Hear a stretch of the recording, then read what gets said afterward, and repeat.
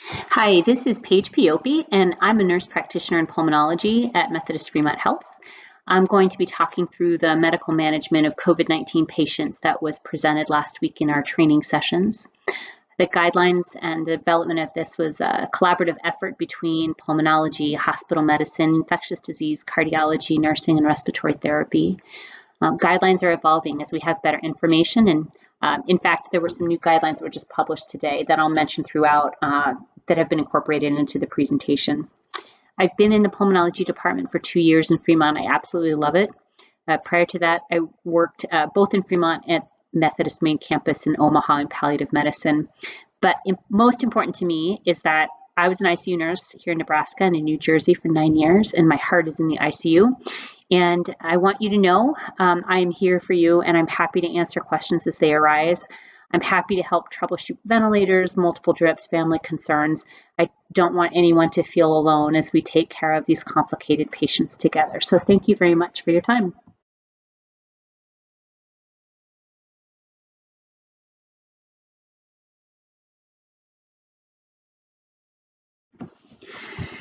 The guidelines for the hospital are based off of the Society of Critical Care Medicine Surviving Sepsis COVID-19 guidelines, as well as the recommendations that were put out by the American Association of Respiratory Care.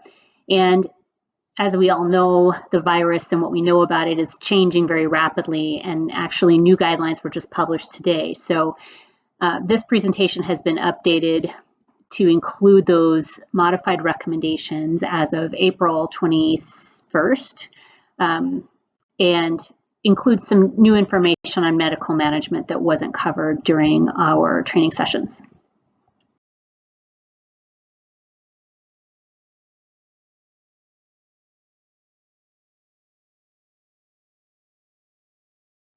The virus has an estimated incubation period of up to 14 days from the time of exposure, with a median incubation period of 4 to 5 days.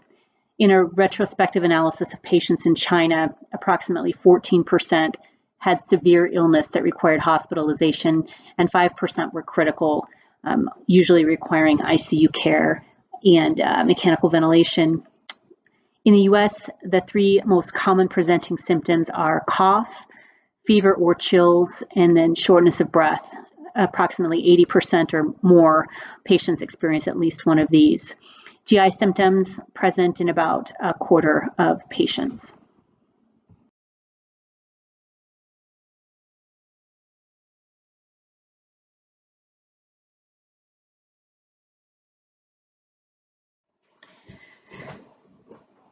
Some common laboratory findings, lymphopenia and leukopenia are common at the time of diagnosis.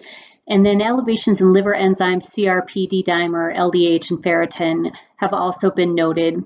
They're usually more helpful in predicting disease severity and risk stratifying patients. Imaging findings vary pretty widely. Most commonly, there are multifocal bilateral opacities, both in CT scans and chest x-rays. Interestingly, imaging can be normal early on in the course of an illness, and then also abnormal in our asymptomatic patients. So no consistent presentation in imaging.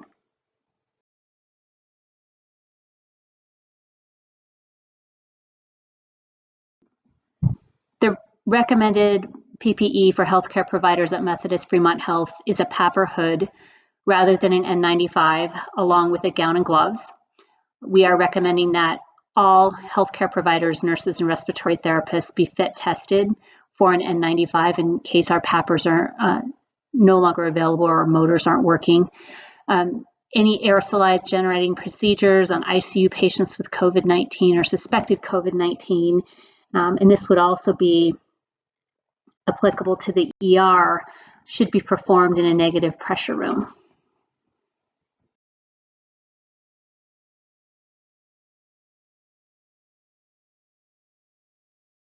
The Society of Critical Care Medicine is recommending that intubation be done by video-guided laryngoscopy by the most experienced healthcare provider. In patients who are under investigation for COVID infection or known to have COVID-19, we want to avoid sputum induction because it is an aerosol generating procedure. And if it is ordered as part of a standard order set on admission, it should be delayed until the COVID status is known. In intubated patients that have a high suspicion of COVID-19, we do not want to delay testing. We want to get a good nasopharyngeal sample. But if there's an opportunity to get a lower respiratory tract sample in addition to the nasopharyngeal sample, we want to go ahead and do that.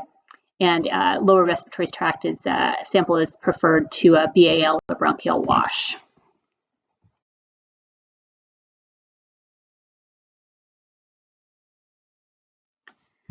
So we're going to move into hemodynamics, and this is going to look very familiar because the guidelines are nearly identical to the existing guidelines for surviving sepsis and how we manage our septic patients today. In adults with COVID-19 and shock, we'll be using dynamic parameters, skin temperature, capillary refill, and or serum lactate over more static parameters like MAP or CBP to assess how responsive patients are to fluid. We are going to be measuring serum lactate every 4 hours in patients with hemodynamic compromise until it does normalize. The difference here with these patients while they're in the hospitals, we're not going to continue to bolus them with fluid until the lactate is normalized. We're going to look at the overall clinical picture in making that decision.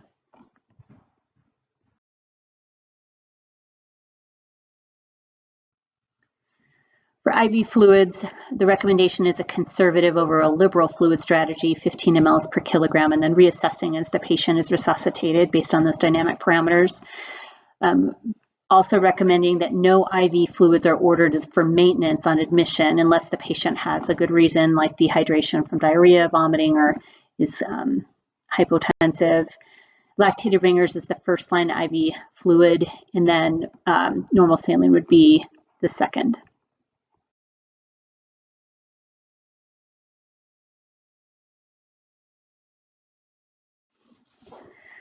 For resuscitation, no starches, gelatins, or dextrins should be used, and then albumin should not be used for initial resuscitation efforts.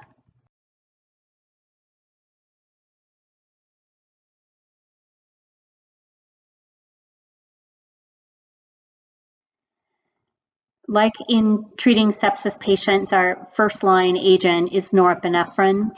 We'll be titrating this medication to a MAP of 60 to 65, so a little softer goal than our current sepsis guidelines. If norepinephrine is not available, the guideline is to use vasopressin or epinephrine. We're using dopamine only in patients who are low risk of tachyarrhythmias and have absolute or relative bradycardia. And then for nursing, we will be adding vasopressin as a second-line agent to norepinephrine if the MAP cannot be achieved just by the norepinephrine alone. And what this means is that we're not going to max out the norepinephrine drip all the way to 30 before we add the second agent. If we're rapidly titrating this medication every 5 minutes, and after titrating it all the way up to 20, we're finding we're still not getting to where we need to be, rather than titrating all the way up, we'll go ahead and add vasopressin to see if that second agent with a different mechanism of action helps the patient achieve a better blood pressure.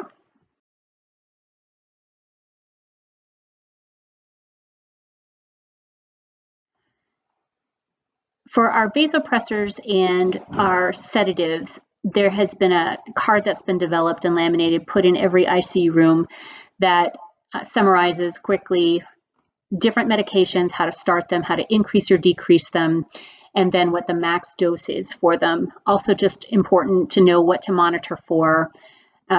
With any of these vasoactive agents, of course, we're always looking for changes in heart rate and also rhythm.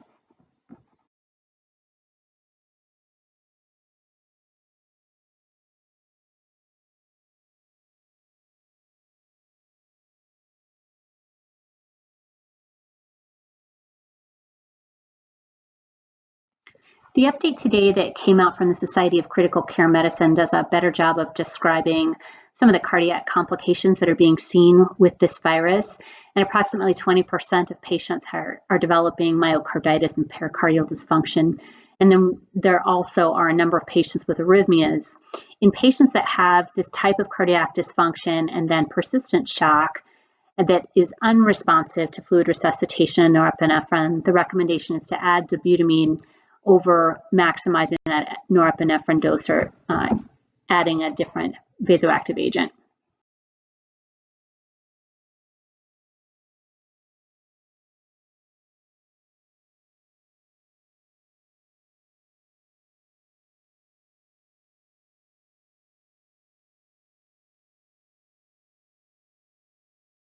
General guidelines for corticosteroid therapy are covered in the end of this presentation, but just wanted to mention here, just like in surviving sepsis, in patients that have refractory shock, there is a role for low-dose corticosteroid therapy, typically hydrocortisone 200 milligrams a day in an infusion or intermittent doses, or Solumedrol. In developing these guidelines for our hospital, we wanted to address echocardiograms because the echo tech is in such a vulnerable position and such a high risk for exposure because of the proximity to the patient. So these guidelines were developed by the cardiology department to minimize that exposure. The hospitalist should go ahead and order an echocardiogram as normally indicated. The test will be postponed until the COVID results are available unless one of these criteria is met, and that is that the results of the echo will immediately change the treatment plan. There's an elevation in BN peptide of greater than 500. You have a chest x-ray with pulmonary edema. You have an EKG with new changes associated in elevated troponin that's greater than 0.4. And then you also have hypotension unresponsive to hydration.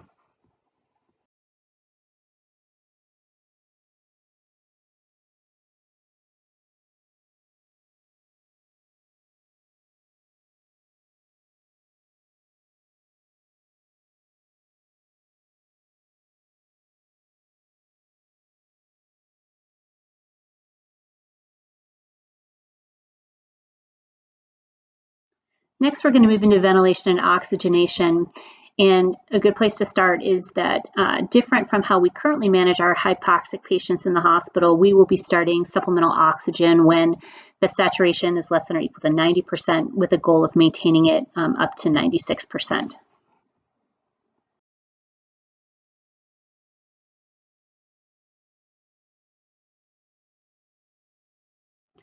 The next few slides are going to talk about high flow nasal cannula, ventilation, oxygen supplementation. But the overarching principle from the guidelines is that these patients, whether they're receiving 1 liter of oxygen or 6 liters, 9 liters on high flow, they need close monitoring because they can worsen very rapidly. And it's better to intubate a patient who is beginning to decompensate in a controlled setting than in an emergent setting.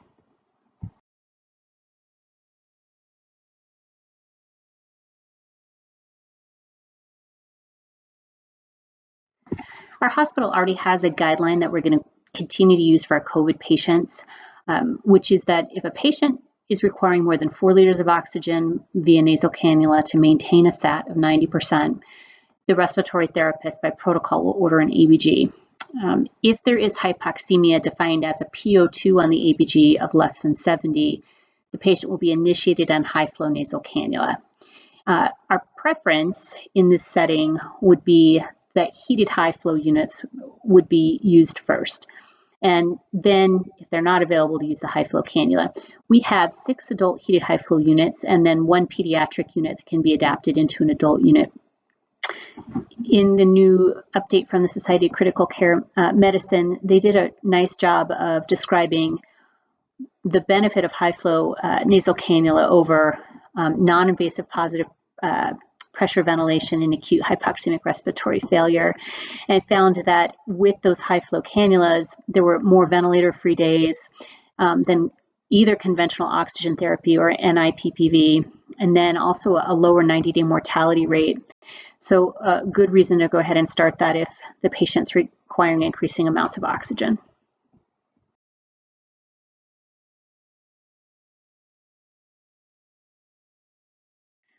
All patients with COVID-19 who require supplemental oxygen must have continuous oximetry, and this is a patient on 1 liter or a patient on heated high flow at 70%. Patients on high flow oxygen or BiPAP must have PINS or ICU status and will be monitored per the unit protocol. We have 8 ICU PINS rooms, but we do have the ability to use our Avera services in non-ICU rooms in patients who may be needing to transition if all of our ICU rooms are full.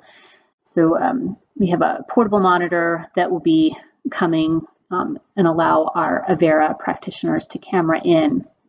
But hopefully we'll be able to use our existing rooms, but we do have that as a backup.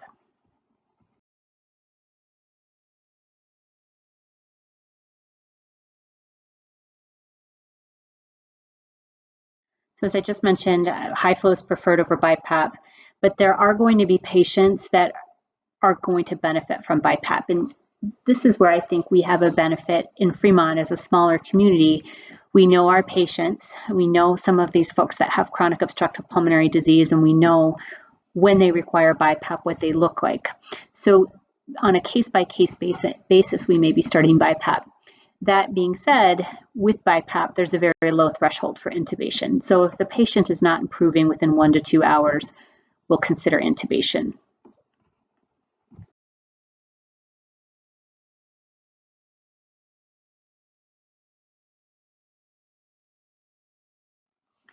The next several slides are going to talk about general care and management of patients on a ventilator with COVID-19. It's not that different from how we manage patients on ventilators now. Selection of sedation, it's going to be patient-driven. We may use propofol and fentanyl on one patient and then find that we may need to use something like Versed or Precedex on another patient. Some of this is going to be driven by the inventory that we have available on hand. The RAS goal is the same. It's -1 to -2, and just quickly review what that means.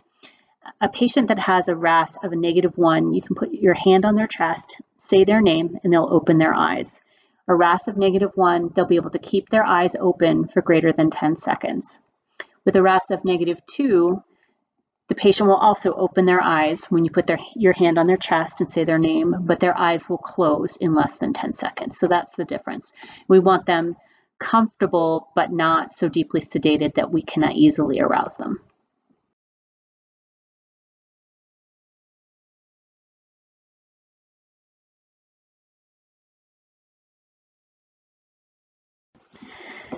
This is just a chart describing the different sedatives that we might be using and how they're titrated, the class that they're in, and potential side effects. And again, this will be laminated on a card in all of the ICU rooms.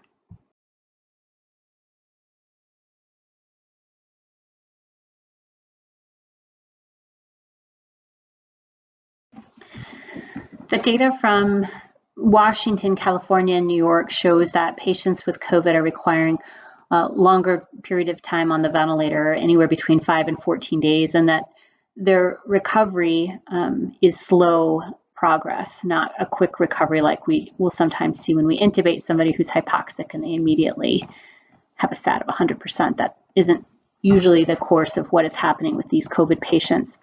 That said, we're not going to alter our assessment and management of them. We're going to assess them daily for readiness to wean. It's a coordinated effort between nursing and our respiratory therapists. If a patient does meet criteria for a spontaneous breathing trial, we want to make sure that they're not overly sedated when that trial is initiated. The RAS should be 0 if possible, so titrating down that sedation so the patient has the best opportunity to give a good effort. And then if a spontaneous breathing trial is done, just like we do now, you get weaning parameters in ABG and work with pulmonology to determine if it's safe to extubate.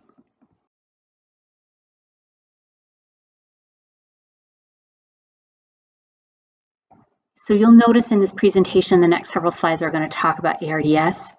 And we know it is the most serious complication that a patient with COVID-19 on a ventilator can have. We follow ARDSNet guidelines just like we always have. There's nothing new and different here. I just want to describe quickly what it is. ARDS is acute respiratory distress syndrome. It's hypoxemia that is resistant to oxygen therapy. So this is the patient on a ventilator with an FiO2 of 100%, on 12 of PEEP, 15 of PEEP, that still isn't oxygenating their saturations are poor, and their blood gases show persistent hypoxemia.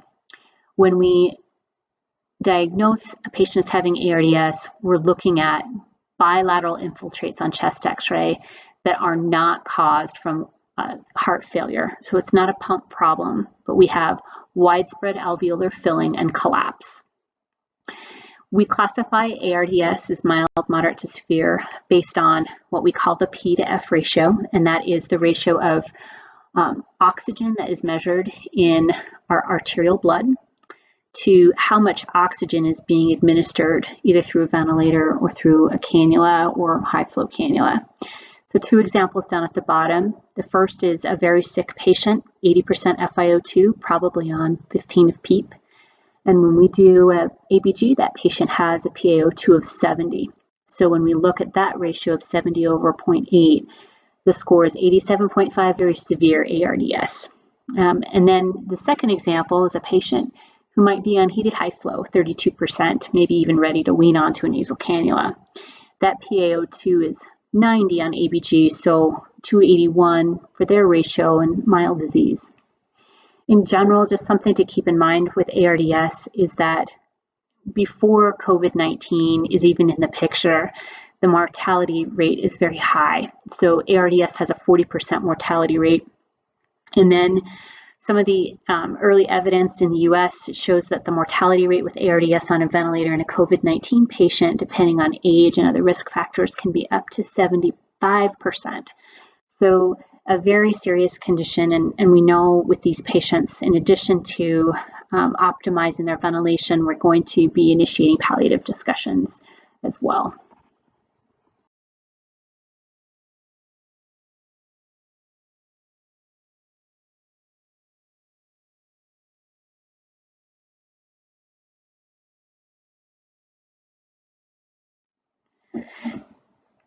The management of ARDS in COVID patients, again, uses ARDSNet guidelines, and these are the guidelines. It's a low tidal volume, high PEEP strategy, low conservative fluids, and then an important piece of ventilating these patients is prone positioning.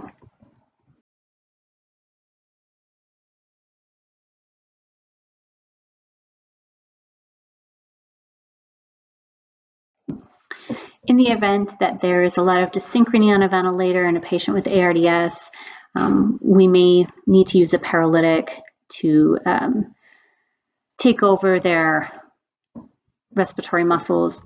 If we were to do that, it would be using rocuronium, and we're going to be following Methodist Main Campus's guidelines for that medication, and a protocol was developed in collaboration with our pharmacists.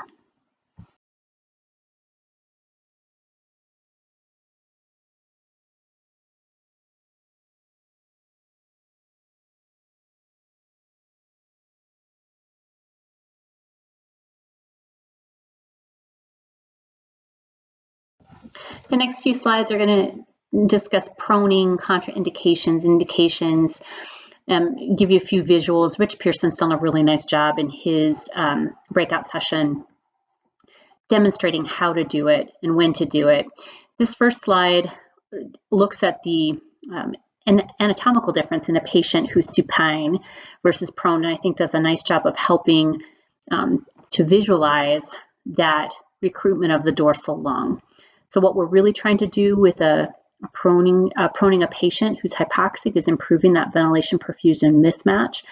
This is not just in our patients who are in ARDS on a ventilator, but also our ambulatory patients that have high oxygen requirements. They benefit from proning as well.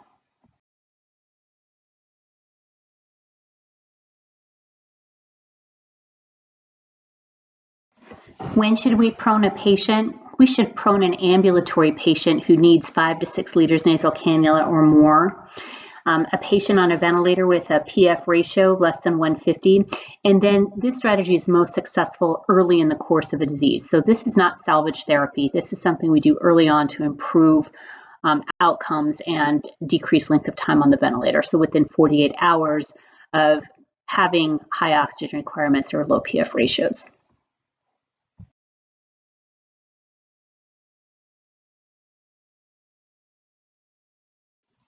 Some contraindications to consider, and I'm not going to read through this whole list, but we don't prone pregnant women, anybody who's had recent surgery really within the last 2 weeks on their chest or their face would not be a candidate. Somebody who's just had a pacemaker placed. If we think this person is really unstable and could potentially require CPR, we're not going to prone that patient. And then also, if the patient appears to be nearing end of life, or if the provider or the family are in discussion about end of life decision making, we're not going to use our resources to prone that patient while that decision is being made.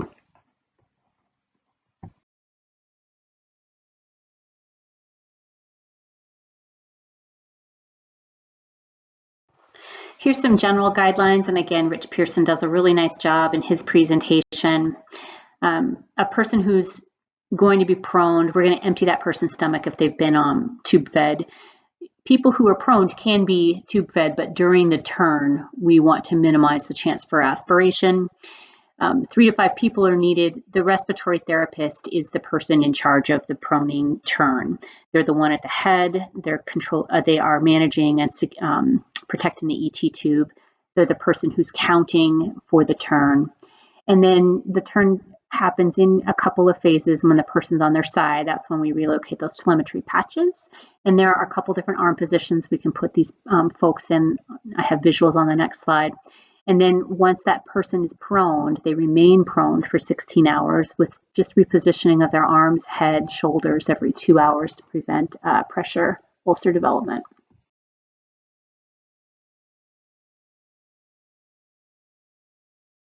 Here's the visuals of the different arm positions for prone patients. I just also want to mention for the ambulatory patients who are proned, we are proning them for 4 hours at a time when they're sleeping, making PRN benzodiazepines available to them if it's a difficult position for them to tolerate.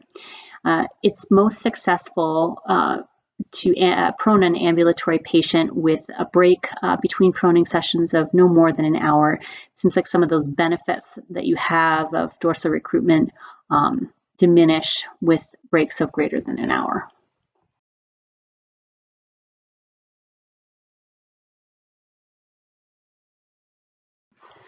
This slide describes when we can discontinue proning.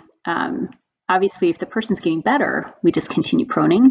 If that PF ratio is improved, it's greater than 150 for 4 hours, PEEP is under 10, FiO2 is less than 60%. With some of the high PEEPs, we know we're at risk for giving patients pneumothoraces, and if there's suspected or known pneumothorax, the patient's no longer proned.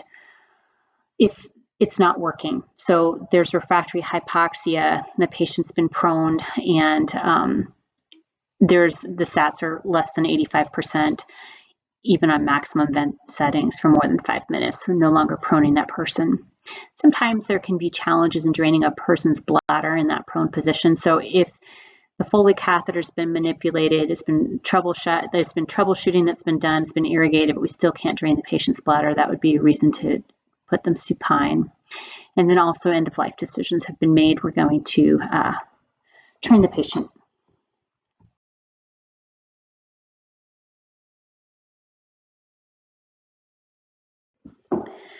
So use of ECMO, there's insufficient national data to recommend either for or against the routine use of ECMO with patients who have COVID-19 and refractory hypoxemia.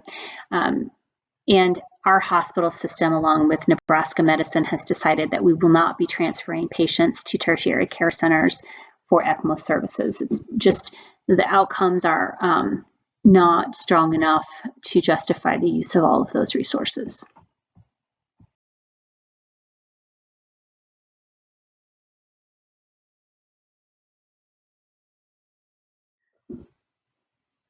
So one of the concerns that's been covered nationally, especially in looking at New York and New Jersey, is how we utilize limited resources like ventilators. And we're really hopeful that with the number of ventilators we have in the state of Nebraska and in Fremont and the Omaha area, that this will not be a problem that we have to face.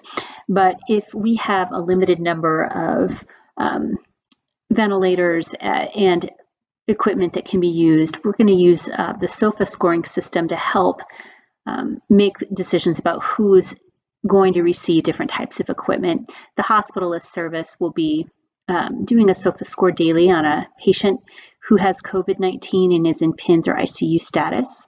And then also just along with that, if we have patients requiring ventilation and they do not have COVID-related illnesses, we want to make sure that we use the less sophisticated devices that we can in our inventory. So if a patient would be okay on BiPAP and they don't have COVID, that we want to try to do that first so we can save those limited resources for our sicker patients. So what is a SOFA score? SOFA stands for Sequential Organ Failure Assessment. It's a scoring system looking at 6 different body systems and has a point value of anywhere from 0 up to 5. Most systems have a maximum score of 4 to 5. And as your disease severity increases, your score increases. So higher numbers indicate increased mortality and morbidity. Patients that have a score that is 15 or higher do have a very high mortality rate, 90% in retrospective analysis. And you can see the different body systems and the measurements they're looking at to determine health and illness. So these are just 2 examples of SOFA scoring on patients. The first patient is that patient on heated high flow that we looked at earlier. They're scoring some points in their respiratory system because their P to F ratio is still less than 300. Their platelets are down a little bit. Their liver looks good, so there's no involvement there. The person is not hypotensive, but MAP is not naturally greater than 70, so scored a point there. No neurological deficits. Creatinine just slightly elevated, so total score of 5. And then our second patient is our really sick vented patient, likely in ARDS, and you can see that P to F ratio is very low, under 100. Severe ARDS scores 4 points, platelets are down, bilirubin is up, there's some liver involvement. The person's requiring a significant amount of Levophed to maintain a MAP, and there's likely to be some neurological involvement. Who knows if it's from perfusion or other things, and then there's obvious kidney dysfunction. So when you look at that, the SOFA score is 15, and we know this person has a very high likelihood of mortality.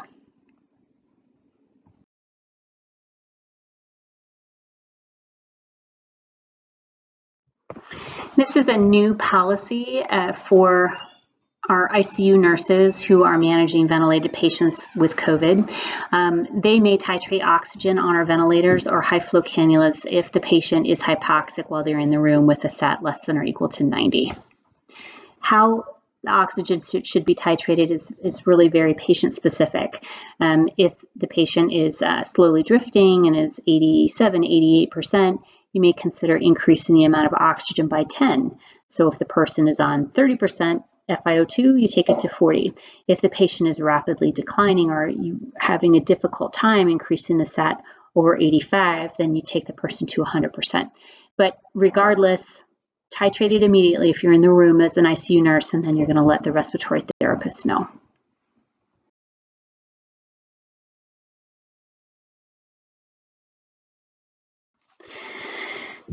During the week, Monday through Friday, from 7 in the morning until about 5 o'clock in the afternoon, if the pulmonary team is in-house, please call us first for any problems, any concerns about ventilators.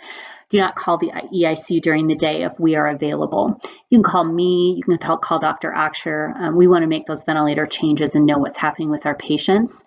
And then if we are in-house, again, we want to be the ones making ventilator changes. We don't want other services making those changes. We partner very well with the hospitalist team. If something's emergent, they're great at reaching out to us, but we want to manage the ventilators. Similarly, if a person's having problems with hemodynamics, their rhythm is off, their blood pressure is low, there's something that needs to be addressed, use internal resources before calling EICU. You can call the hospitalist service for that. Cardiology, if they've been consulted, you can always call pulmonology because we are also in intensive care medicine. So use internal resources first.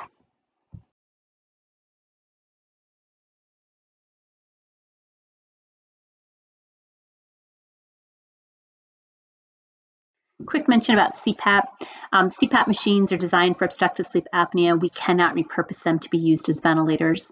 And then also patients that are either COVID under investigation or COVID positive, they cannot bring their own machines in, whether it's CPAP or BiPAP, because we cannot filter those machines properly.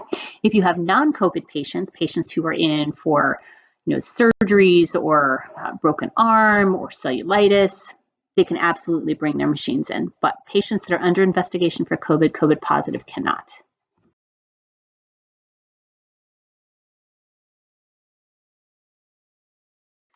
The final section of this presentation talks about some therapeutics in management of COVID-19. First is corticosteroids. So as I mentioned earlier in the presentation, there is no routine use of systemic corticosteroids in COVID-19 patients. It's not part of the standard order set. We're not ordering them routinely on patients. Steroids do accelerate the viral shedding and disease severity. In patients with underlying lung disease, though, steroids may be indicated, so we'll look at this on a case-by-case basis. New today that came out from the Society of Critical Care Medicine, patients that are on oral corticosteroids for other underlying conditions and happen to have COVID-19 in the hospital should be continued on their steroids. We're not going to stop them.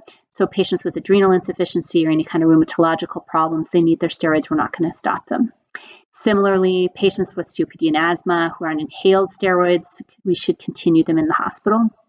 And then in mechanically ventilated patients with COVID and ARDS, there's not sufficient data to recommend either for or against corticosteroid therapy in the absence of another indication. So we'll consider it depending on the overall clinical picture of the patient.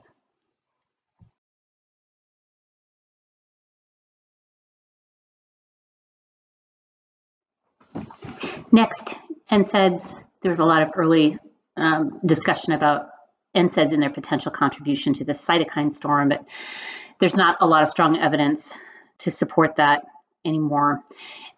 New today with the Society of Critical Care Medicine guidelines, persons who have COVID-19 who are already taking NSAIDs for comorbid conditions should continue them. And then also there's no difference in using different antipyretics, whether it's acetaminophen or NSAIDs, between patients with or without COVID.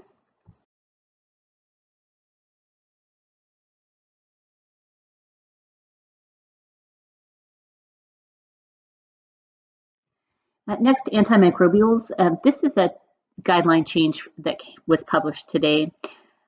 We are no longer starting empiric antibiotics on patients diagnosed with COVID-19 unless there's evidence of bacterial co-infection or the patient is in shock. Previously, we were recommending that we start these patients on azithromycin, and that is no longer the case. The rate of co-infection with bacterial pneumonia is not well defined. It's described as anywhere from 5 to 25%. So we're monitoring for both. We're using other clinical indicators, but we're not empirically starting antibiotics.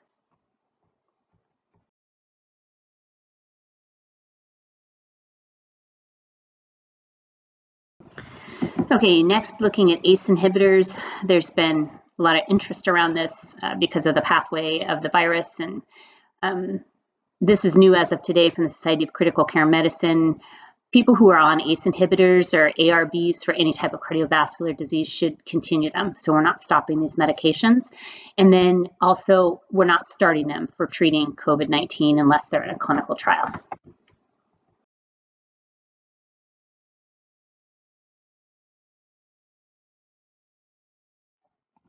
Okay, final slide.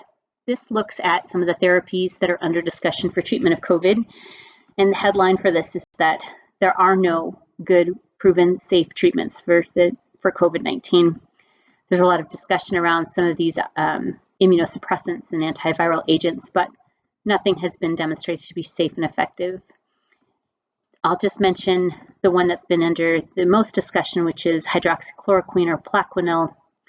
And that is something that the Methodist Health System is not going to be prescribing for patients with COVID-19. We're not going to do it under pressure. If the patient's on it, they come in on it for other reasons, we'll continue it.